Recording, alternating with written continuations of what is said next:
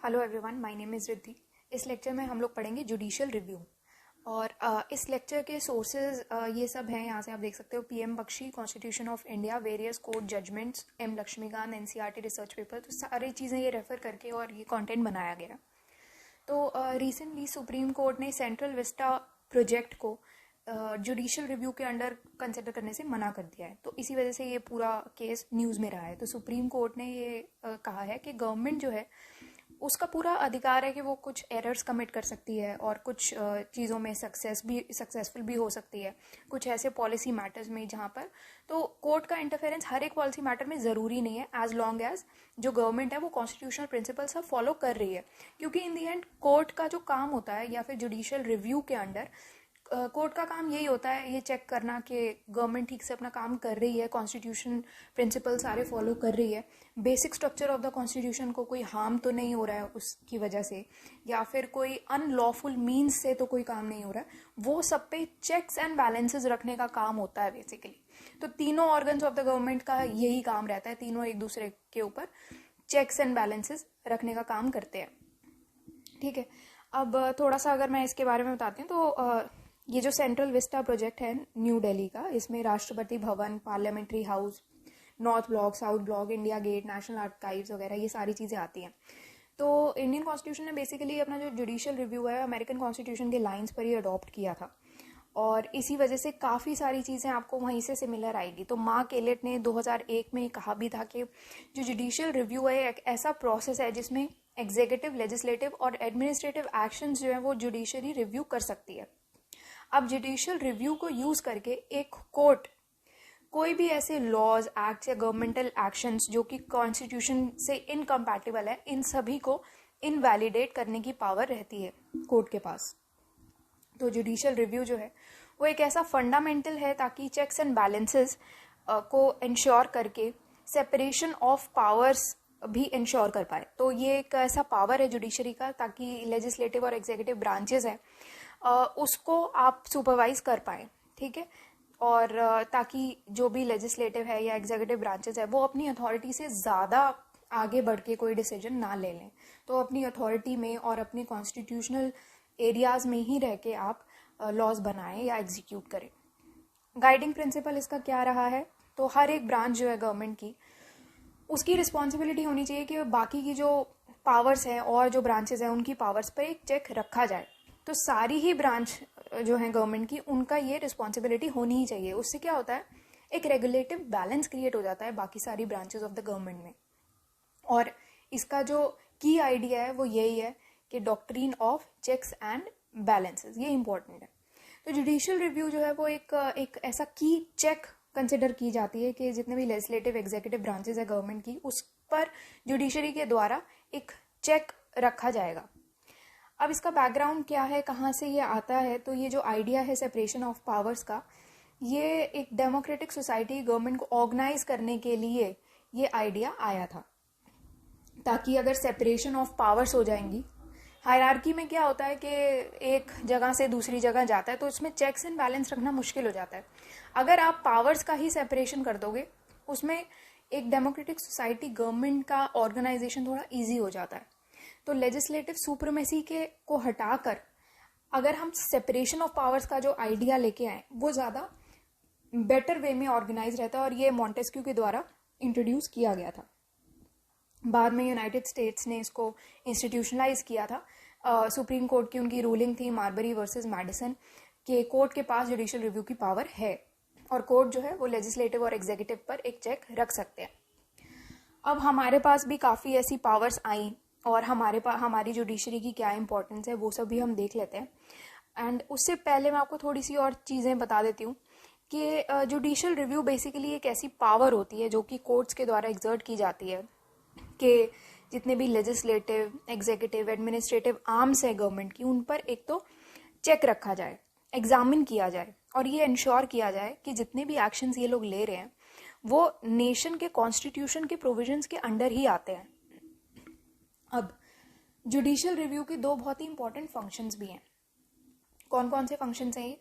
सबसे पहला फंक्शन तो है, एक तो जो भी गवर्नमेंट एक्शन हो रहा है, जिस भी आर्म ने मतलब गवर्नमेंट की जितने भी ब्रांचेज है, जिसने भी ये एक्शन लिया है, तो उसको लेजिटिमाइज करना। तो legitimising government action judicial review का एक ये पहला फंक्शन है। और under and the protection of constitution के मतलब कि जो भी एक्शंस लिए जा रहे हैं वो कॉन्स्टिट्यूशन के विरुद्ध तो नहीं जा रहे हैं या कॉन्स्टिट्यूशन के अगेंस्ट तो नहीं जा रहे हैं, कॉन्स्टिट्यूशन की लाइंस में ही है, हमारा basic structure of the constitution को वायलेट तो नहीं कर रहे हैं। तो दूसरा है protection of the constitution against any undue encroachment by the government कहीं और अपनी अथॉरिटी से आगे बढ़ के कोई डिसीजन ना दे। और जो जुडिशियल रिव्यू है उसको basic structure of the constitution माना गया। और ये कब माना गया था?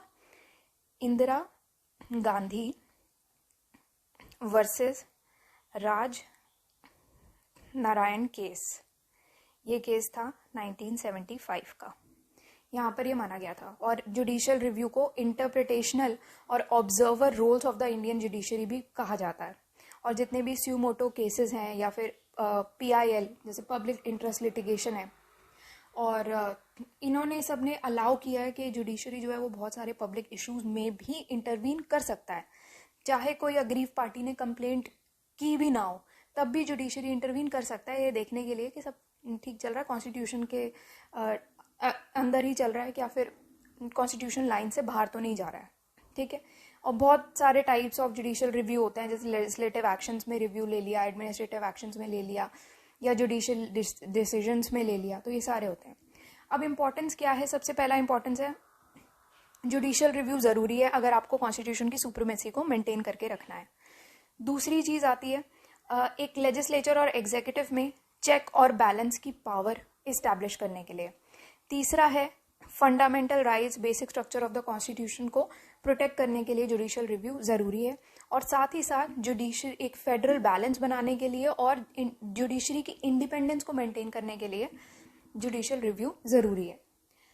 नेक्स्ट, जुडिशियल रिव्यू में एक जज जो होता है वो किसी भी डिसीजन या एक्शन की लॉफुलनेस को रिव्यू करता है कि ये पर्टिकुलर एक्शन जो गवर्नमेंट ने लिया है ये लॉ के अंडर ही आ रहा है, लॉ से बाहर तो नहीं जा रहा, लॉ की लाइंस पर ही आया हुआ है।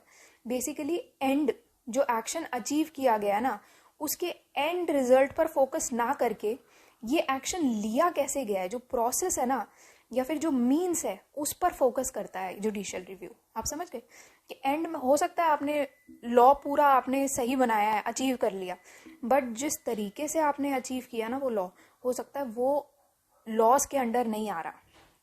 ये जो एक्शन आपने लिया वो उसका जो तरीका है एक्शन करने का वो हो सकता है कि लॉ के अंडर ना आए, तो वो चीज़ देखने का काम होता है किसी भी एक जज का या फिर बेसिकली कोर्ट का, जुडिशरी का।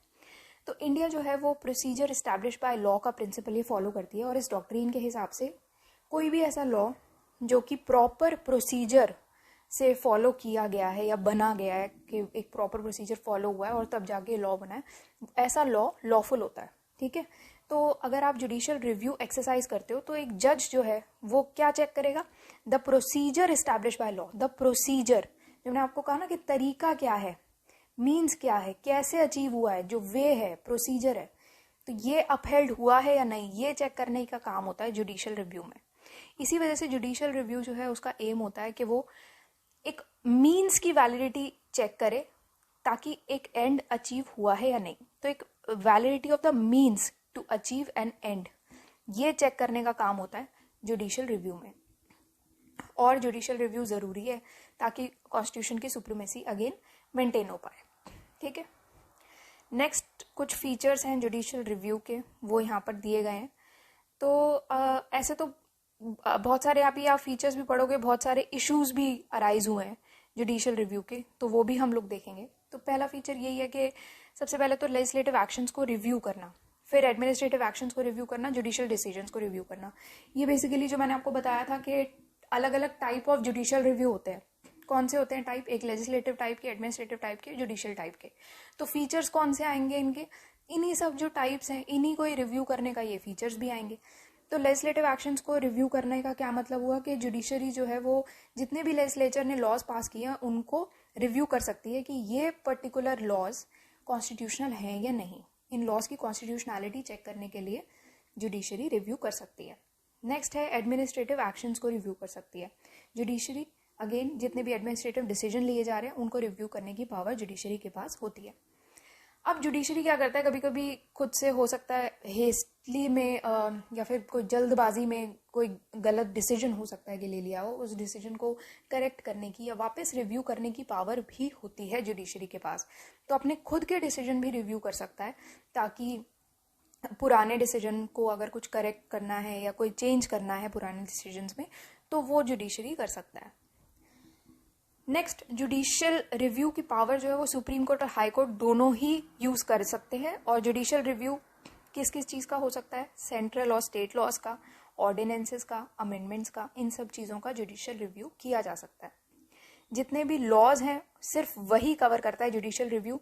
पॉलिटिकल इश्यूज का इसमें कोई लेना देना नहीं है, पॉलिटिकल इश्यूज को ये कवर नहीं करता है।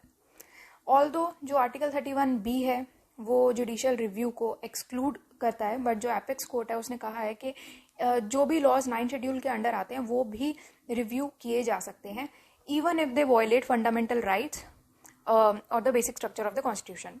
ये तो देखो ऑब्वियस सी बात है कि अगर कोई भी लॉ चाहे वो किसी भी शेड्यूल में आए, तो अगर कोई भी चीज़ basic structure of the constitution को वायलेट कर रही है या फंडामेंटल राइट्स को वायलेट कर रही है, तो ये रिस्पॉन्सिबिलिटी बनती है कोर्ट की कि वो उस चीज़ को रिव्यू करे और उस चीज़ में करेक्शन करे। ठीक है, तो यहाँ पर यही सब चीज़ यहाँ पर बताई गई है। ठीक, नेक्स्ट, अच्छा just one more thing, 9th schedule में क्या क्या आता है अगर ये जानना है तो 9th शेड्यूल में बेसिकली एक लिस्ट है सेंट्रल और स्टेट लॉज की जो कि किसी भी कोर्ट में चैलेंज नहीं की जा सकती। ये कॉन्स्टिट्यूशनल अमेंडमेंट एक्ट 1951 के थ्रू ऐड किया था। तो पहली अमेंडमेंट ने अराउंड 13 लॉज ऐड किए थे शेड्यूल में। ठीक है, फिर बाकी तो सब्सिक्वेंट अमेंडमेंट्स होती रही हैं, अलग अलग साल में होती ही रहती हैं।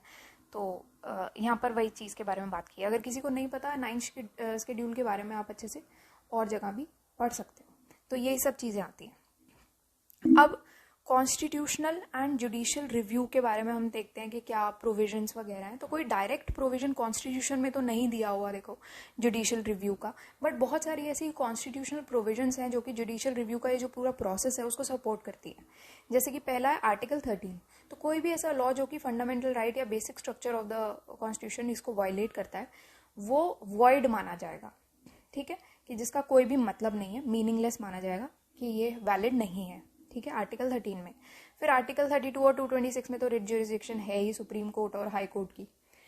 रिट ज्यूरिसडिक्शन जिसको नहीं पता प्लीज रीड अबाउट इट, इस पे लेक्चर्स भी हम लोगों ने बनाए हुए हैं। आर्टिकल 137 ऑफ द कॉन्स्टिट्यूशन जिसमें सुप्रीम कोर्ट कोई भी जजमेंट जो सुप्रीम कोर्ट ने लिया उसको रिव्यू करने की पावर उसके पास है कि अपने ही केस को रिव्यू कर ले। अब आर्टिकल 132 से लेकर 134 में ओरिजिनल ज्यूरिसडिक्शन की पावर आती है। एपेलेट ज्यूरिसडिक्शन होता है सुप्रीम कोर्ट का, मतलब ओरिजिनल मतलब कि सीधा आप सुप्रीम कोर्ट के पास डायरेक्ट जाके अपील करो। एपेलेट ज्यूरिसडिक्शन में होता है कि आप अपील के थ्रू जा रहे हो, कि पहले आपका कोर्ट मान लो हाई कोर्ट में चल रहा था आपका केस, उसके बाद आप सुप्रीम कोर्ट में जाके अपील करते हो। Appellate jurisdiction of Supreme Court in constitutional, civil and criminal cases. तो यहाँ पर भी आर्टिकल 132, 134 के अंडर भी यहाँ पर आते हैं। अब बहुत सारी ऐसी जजमेंट्स हैं जो कि जुडिशियल रिव्यू के अंडर आती हैं। पहली है Kesavananda Bharati versus State of Kerala 1973। अब ये जजमेंट जिसको नहीं पता प्लीज़ आपको ये अच्छे से रीड करना पड़ेगा, इसके बारे में और डिटेल में भी आपको करना चाहिए। ये इंपॉर्टेंट जजमेंट्स हैं और पॉलिटी में तो बहुत जगह आप ये जजमेंट्स वगैरह पढ़ोगे।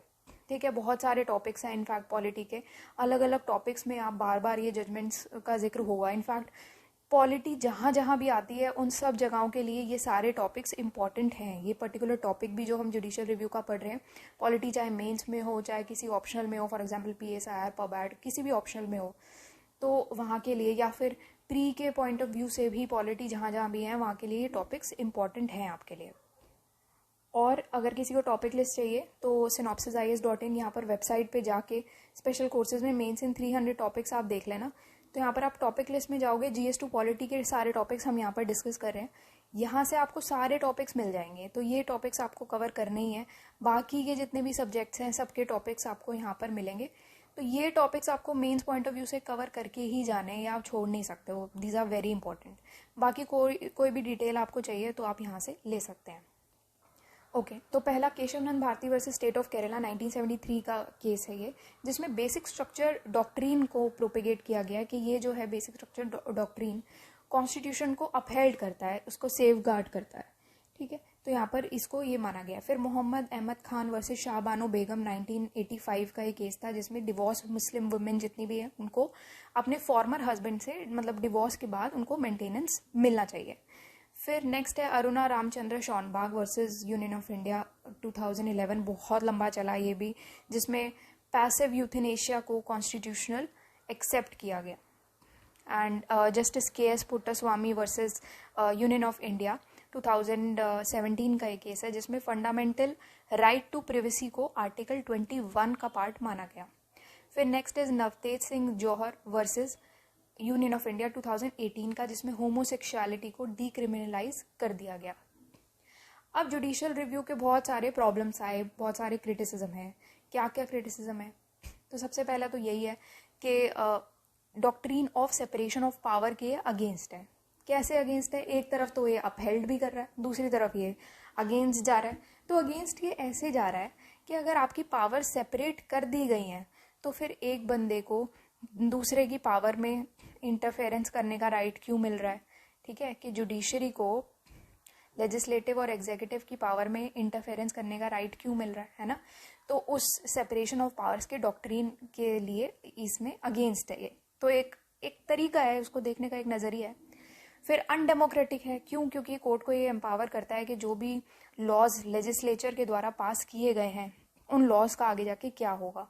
बट इस चीज़ का एक और नज़रिया है कि लेजिस्लेचर ने जो भी लॉज पास किए हैं वो in the end sovereign will of the people को ही तो रिप्रेजेंट करते हैं। तो फिर कोर्ट उसमें क्यों अपना जजमेंट दे रहा है या फिर क्यों उसमें इंटरवीन कर रहा है? क्योंकि इन दी एंड तो हम लोगों के या जो लोगों की विल है वही तो सुप्रीम मानी जाएगी। नेक्स्ट है गवर्नमेंट की फंक्शनिंग को ये काफ़ी लिमिट कर देता है कि गवर्नमेंट जो है एक लिमिट तक ही फंक्शन कर सकती है, काफ़ी लिमिट कर देता है उसको कि किस तरीके से फंक्शन करे, वो चीज़ में जुडिशरी आके इंटरफेरेंस करेगी। फिर बहुत सारे ऐसे क्रिटिक्स हैं जो कि जुडिशियल रिव्यू सिस्टम को एक रिएक्शनरी सिस्टम कहते हैं। जैसे कि अगर किसी भी लॉ की कॉन्स्टिट्यूशनल वैलिडिटी को डिटरमाइन करना है या कि वैलिड है या नहीं है, तो कोर्ट जो है वो एक लीगलिस्टिक और कंजर्वेटिव अप्रोच अपनाती है। कुछ चीज़ों में जैसे टाइम बढ़ता जा रहा है, कुछ ऐसे प्रोग्रेसिव लॉज भी लाए जाने चाहिए और लाए जा रहे हैं। तो कभी कभी लेजिस्लेचर कुछ ऐसे प्रोग्रेसिव लॉज भी ले आती है, बट जुडिशरी आके उसको रिजेक्ट कर देती है। क्यों? क्योंकि वो लीगल नहीं है या कंजर्वेटिव अप्रोच के चलते। तो ये सारी चीज़ें जो है वो थोड़ी सी लिमिट कर देती हैं, आप कह सकते हो, गवर्नमेंट की फंक्शनिंग को भी। ठीक है। फिर जुडिशियल रिव्यू जो है वो पब्लिक को भी कभी कभी आप कह सकते हो कि हार्म कर सकता है एट लार्ज, क्योंकि जजमेंट जो है वो किसी पर्सनल या सेल्फिश मोटिव से भी इन्फ्लुएंस की जा सकती है। तो ये चीज़ भी हो सकती है कि कोई भी जजमेंट है that is influenced, if it is influenced by personal और selfish motives, then it can harm the public, है ना? ये भी किया जा सकता है।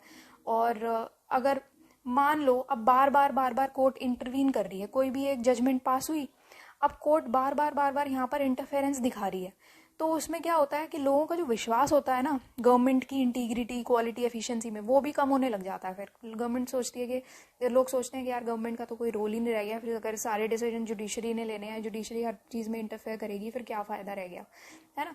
ऐसी जुडिशियल ओपिनियन जितने भी रहते हैं जजेस के, वो एक बार अगर ले लिए किसी केस के लिए तो वो एक स्टैंडर्ड रूलिंग बन जाती है हर एक केस के लिए। तो वो भी एक प्रॉब्लम रहती है कि मतलब पर हर एक चीज़ में हर एक केस अलग होता है, हर एक एक्सपीरियंस अलग होता है।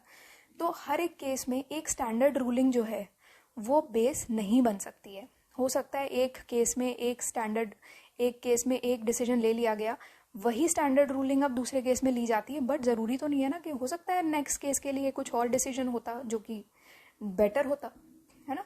तो लैक ऑफ क्लैरिटी आती है। कॉन्स्टिट्यूशन ऑफ इंडिया जो है वो क्लियरली डिस्क्राइब नहीं किया उसने कि जुडिशियल रिव्यू का सिस्टम कैसे चलेगा या कहाँ है। तो कॉन्स्टिट्यूशन ऑफ इंडिया में तो जुडिशियल रिव्यू का ऐसा कोई क्लियरली डिस्क्राइब नहीं है। ये सिर्फ कॉन्स्टिट्यूशन में जो अलग अलग आर्टिकल्स दिए हुए हैं उनके बेसिस पे ये निकाला गया इन्फ्रेंस। फिर अगेन वही सेम चीज़ है, लोगों का विश्वास जो है वो डगमगाता है अगर ज़्यादा इंटरवेंशन होती है जुडिशरी के द्वारा। यूनिवर्सली एप्लीकेबल नहीं है, अगेन एक स्टैंडर्ड रूलिंग बन जाती है जिसमें फिर आगे दिक्कत आती है। तो वो standard ruling that might not be applicable for other cases.